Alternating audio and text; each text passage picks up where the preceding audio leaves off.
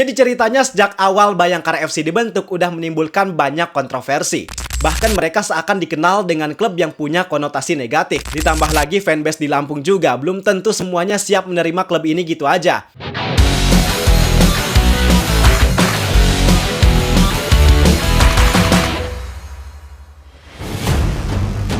Bayangin, lo punya tim sepak bola, lengkap dengan pelatih, pemain, dan mimpi besar. Tapi nggak ada yang mau datang, nggak ada yang mau nonton, dan nggak ada yang peduli. Bayangkara FC, dari Surabaya ke Jakarta, dari juara Liga 1 ke juru kunci. Dan sekarang mereka pindah ke Lampung.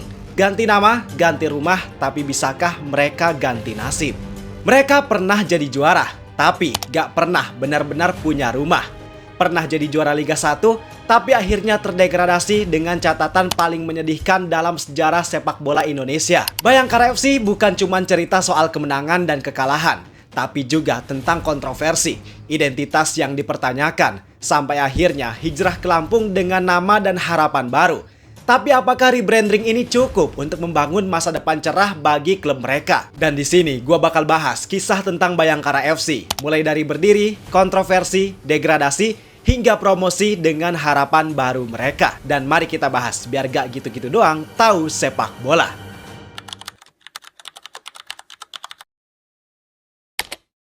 Bayangkara FC awalnya bukan Bayangkara FC. Klub ini dulunya bernama Persikubar Kutai Barat. Iya, klub Kalimantan, Bang. Tapi kemudian dibeli, dipindah, dan berganti nama berkali-kali. Tahun 2010, Persikubar ganti nama menjadi Persebaya Surabaya ketika masanya terjadi dualisme di tubuh Persebaya.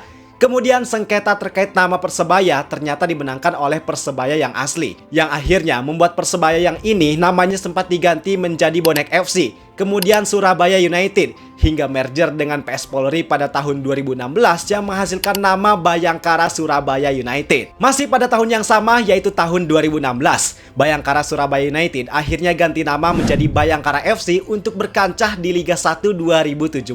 Dan gini-gini mereka lumayan gokil juga. Di musim pertama mereka langsung bikin kejutan. Tahun 2017, Bayangkara FC berhasil menjadi juara Liga 1. Tapi ya itu tadi, perayaan juara mereka sepi. Gak ada atmosfer layaknya tim besar juara Liga. Kenapa? Karena masalahnya bukan cuma di lapangan aja, tapi di luar lapangan. Mereka gak punya basis fans yang solid. Seolah mereka tuh gak punya jiwa di balik badge klubnya. Bahkan mereka sering dijuluki sebagai klub tanpa penonton. Jadi ceritanya sejak awal Bayangkara FC dibentuk udah menimbulkan banyak kontroversi. Mulai dari kepemilikan oleh institusi negara yaitu Polri, sampai keputusan untuk mengambil alih status dan lisensi klub lain serta nama daerah.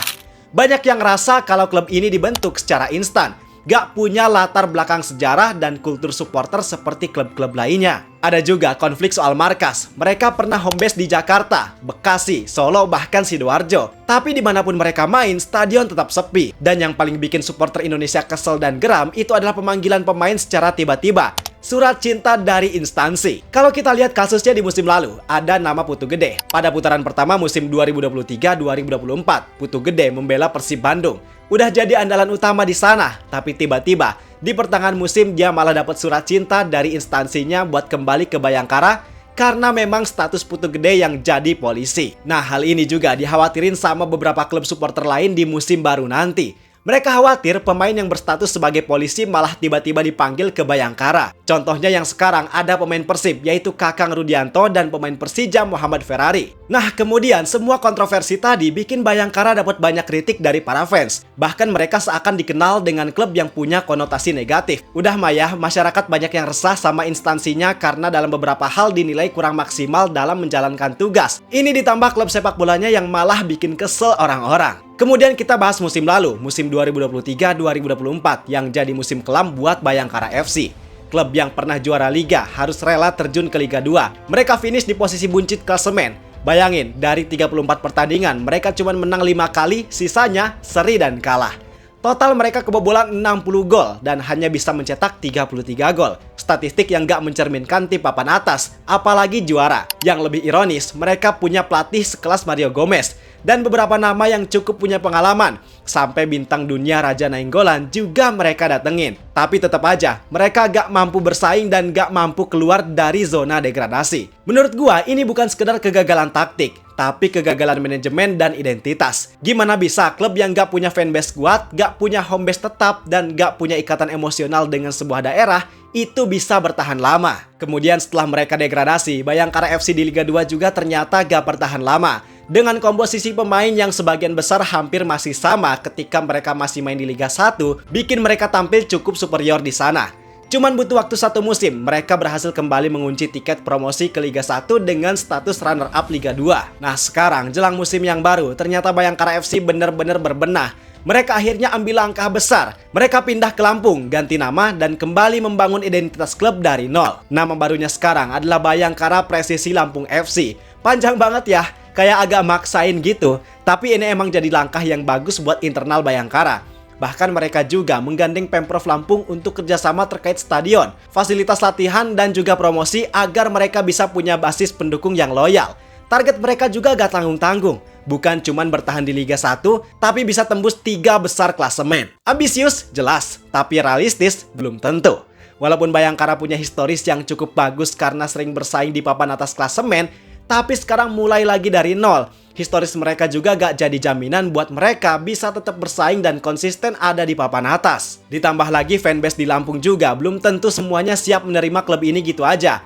Apalagi kalau rebrandingnya cuman ganti nama doang tapi identitas aslinya tetap dipertahankan. Kalau gua riset dari komentar netizen di Instagram, warga Lampung yang seneng rata-rata bukan karena Bayangkaranya, tapi karena mereka bisa kembali nonton Liga 1 di kota mereka. Mereka bisa ngerasain atmosfer sepak bola lagi di sana. Jadi pertanyaan besarnya, apakah rebranding ini bakal menyelamatkan klub? Apakah dengan mereka mempertahankan identitas aslinya, warga Lampung mau tetap jadi fans loyal buat mereka? Kalau menurut gua, mungkin aja. Tapi ini kayaknya benar-benar sulit banget. Identitas mereka udah dikenal negatif sama masyarakat. Kayaknya agak susah buat diubah walaupun mereka nantinya bisa berprestasi. Dan buat Bayangkara Presisi Lampung FC, ini jadi ujian identitas. Apakah mereka mau benar-benar menjadi klub rakyat, klub yang membunyi dan punya visi jangka panjang, atau ini cuma sekedar menyelamatkan lisensi dan terus bertahan hidup tanpa arah? Dari Surabaya ke Jakarta, dari juara ke degradasi, dari stadion kosong ke stadion baru di Lampung. Perjalanan Bayangkara FC bukan cuma tentang sepak bola, tapi tentang pencarian jati diri yang belum juga selesai. Ini tentang pencarian identitas, tentang klub yang dari awal dibentuk bukan karena cinta dari rakyat, tapi keputusan institusi. Mereka bisa aja ganti nama, ganti stadion, ganti warna jersey, tapi masa lalu gak akan bisa dilupain gitu aja. Warga Lampung pun bukan fans instan, mereka butuh waktu buat percaya. Jadi pertanyaannya sekarang, apakah mereka bakal jadi klub yang dicintai warga Lampung, atau nasibnya bakal sama seperti sebelumnya? Tetap jadi tim yang gak punya rumah. Tulis pendapat lo di kolom komentar bang. Gua penasaran apakah lo setuju sama langkah rebranding ini? Atau Bayangkara FC seharusnya gimana? Biar mereka bisa jadi klub yang benar-benar klub. Kalau lo suka video ini jangan lupa like, subscribe, dan nyalain lonceng biar gak ketinggalan update sepak bola Indonesia dari sudut pandang yang beda, lebih dalam dan gak gitu-gitu doang. Gua pamit dulu, terima kasih buat kalian semua yang udah nonton sampai akhir, dan sampai jumpa di video berikutnya.